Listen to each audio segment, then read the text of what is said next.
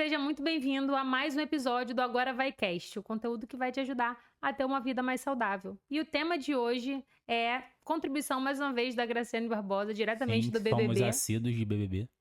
E essa semana ela comentou na casa que, por conta do racionamento, né, da alimentação, ela ia adotar a estratégia do jejum intermitente, ia fazer só uma refeição no final do dia. E a gente resolveu trazer esse tópico, né, esse assunto para discutir aqui com vocês. É um conteúdo que vai e volta, né? Às vezes ele tá em voga, às vezes ele sai um pouquinho, as pessoas condenam, aí ele fica muito famoso, aí vem um monte de gente falar que não serve, e aí ele sempre fica ame ou odeie, jejum, ame ou odeie. E aí a gente resolveu trazer aqui algumas informações sobre o jejum, se ele serve ou se ele não serve, quais são os benefícios, para quem é o jejum. E eu acho que vai ser um tema que vai ser bem interessante para elucidar algumas dúvidas e ajudar também aí algumas pessoas. Eu acho que primeiro de tudo a gente tem que caracterizar o que é o jejum. Nada mais é do que a gente ter um período de alimentação, uma janela de alimentação e um período de privação de alimentação. O mais comum é o 16 por 8, no qual a pessoa fica 16 horas sem comer e tem uma janela ali de 8 horas de alimentação. O jejum nada mais é do que você pegar a sua janela alimentar e achatar ela, Dá né? uma encurtada, Dar né? uma encurtada. Ao invés de você ter, sei lá, 12, 14 horas para se alimentar, você tem 8. E existem vários protocolos, né, de jejum. Tem jejum até de 36 horas, né, para pessoas que já são mais treinadas, Uhum. mas são vários os protocolos. A gente sabe que a gente tem relato de benefícios a partir de jejuns de 12 horas.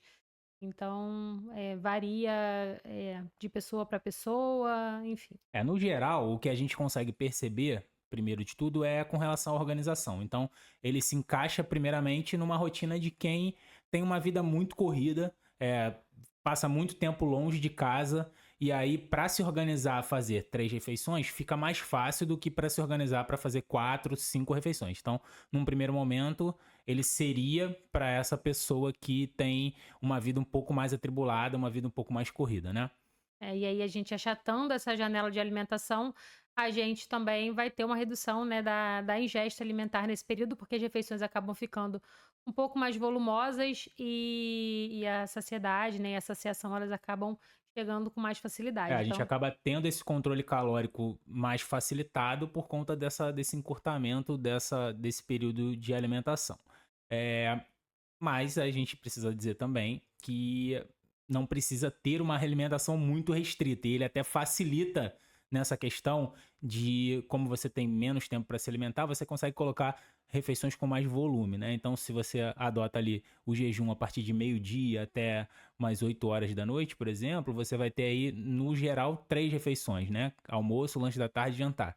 Então, elas ficam mais volumosas mesmo num planejamento que tem a restrição calórica. Então a gente pega ali uma dieta de 1.000 calorias, por exemplo, é mais fácil, ela dá mais volume em 3 refeições do que em 4, né? Se eu tiver que dividir 1.000 calorias em 4, as porções vão ser menores. Então isso às vezes melhora a adesão para algumas pessoas, né? é.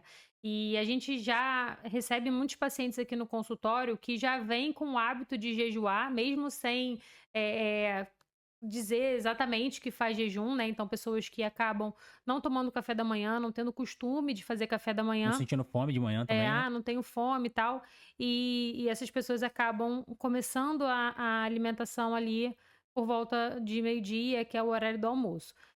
Eu acho que a gente pode falar um pouquinho sobre a melhora na resistência insulínica também que o jejum tem, né? Exatamente. O jejum, além de ter esse benefício, né, de a gente conseguir consumir menos calorias por conta da janela mais encurtada de alimentação, o período de jejum ele também traz benefícios metabólicos para o paciente que adota o jejum. Então, melhora a resistência insulínica, melhora os disparos de insulina, e aí é uma importância do paciente que fazer um acompanhamento nutricional durante o jejum intermitente para aquela primeira alimentação que ele vai fazer quando ele na janela alimentar dele não ser uma alimentação que faça um disparo muito alto de insulina, então ter uma dieta ali com bastante verdura, os vegetais folhosos, proteína, para ele não fazer um disparo de insulina logo ali que for abrir a janela alimentar dele. mas ele também tem benefícios, tanto na insulina, né, como a gente já comentou, como na autofagia também, né, é como se fosse uma limpeza do É organismo. importantíssimo pensando em envelhecimento saudável, essa questão aí da autofagia, que é uma limpeza, né? Uma célula, a célula tem esse mecanismo que a gente chama de autofagia, que é nada mais é do que ela ir se regenerando, né? Ela limpando ali algumas partes defeituosas dela e Defeituosas. se regenerando. E isso E, diminui também a liberação de radicais livres, isso exatamente. também é muito positivo para a longevidade, né, para o envelhecimento saudável, para prevenir encurtamento de telômero. Então, por isso que o jejum ele tem muita relação com a prevenção do envelhecimento, tanto na parte do nosso organismo mesmo, quanto o envelhecimento cutâneo. Então, tem bastante benefício para prevenir envelhecimento também, né? E falando em longevidade e bem-estar, é uma boa estratégia que pode ser adotada, mas não é uma estratégia para todo mundo. A gente Eu acho que o principal que a gente quer trazer aqui é dizer que não existe essa fórmula mágica, né? Essa fórmula mágica, o jejum não é uma fórmula mágica. Para quem busca principalmente o emagrecimento, ele não é a única alternativa, ele é uma das ferramentas que a gente pode utilizar sempre respeitando a individualidade do paciente, né? Então, assim, tem pessoas que vão se adaptar muito bem ao jejum, já fazem naturalmente, né? E precisam só de alguns ajustes. Tem pessoas que não fazem, mas pretendem fazer, e aí nesse caso a gente consegue até ir escalonando, né? Começar com 12 horas, aí uma semana partir para 13, 14 e isso. chegando nessa 16 horas, né? Até por curiosidade, né? Quando eu conheci o João, ele não conseguia fazer 12 horas de jejum. Nem exame de sangue, né? Até pro exame de sangue ele reclamava. E aí, a gente foi conversando sobre o jejum. Teve uma época que eu fazia jejum que era mais, se encaixava melhor na minha rotina. E aí, a gente foi aumentando gradualmente o tempo de jejum e a gente chegou a fazer 22 horas, né? Foi, De jejum. chegou a fazer 22 horas. Então, assim, é importante a gente ressaltar isso, que não existe fórmula mágica, que o importante é ter uma alimentação, mesmo dentro do jejum, é importante ter uma alimentação saudável, porque se você visa o emagrecimento, faz jejum, mas dentro dessa janela de oportunidade ali de alimentação, você tem um volume calórico, uma ingesta calórica muito alta, de nada vai adiantar você fazer o jejum, né? Até E- pela qualidade dos alimentos também, quando a gente exatamente. fala na insulina, né? Se você ficar o tempo inteiro comendo alimentos que vão ficar disparando insulina, isso vai tirar o benefício metabólico que o jejum traz. Lembrando que o jejum, ele não é indicado para pacientes diabéticos, principalmente diabetes tipo 1, ou aqueles pacientes que fazem uso de insulina, gestantes, Criança, crianças, pacientes idosos também, a gente tem que tomar cuidado quando a gente for prescrever o jejum.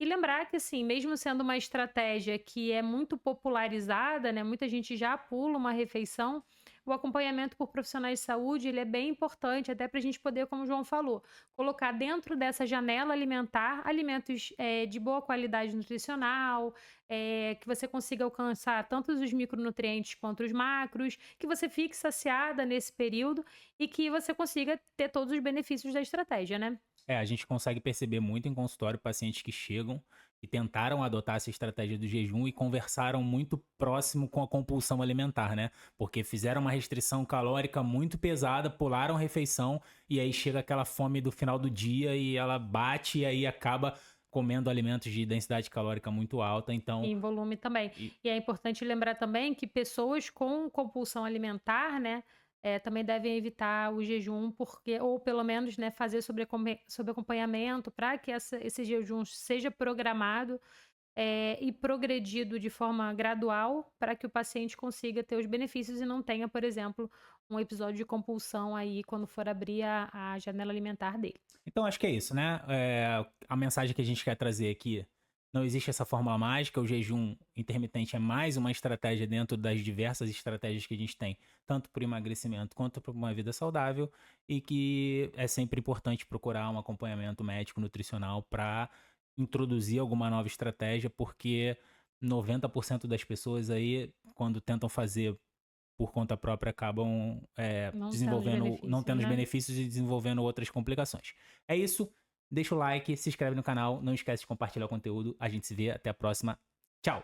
E não deixa de colocar também aqui nos comentários as dúvidas que vocês tiveram, porque é um tema bem amplo também e pode ser que fique alguma dúvida ou que a gente precise aprofundar um pouquinho mais, tá bom? Beijinho, gente. Tchau, tchau.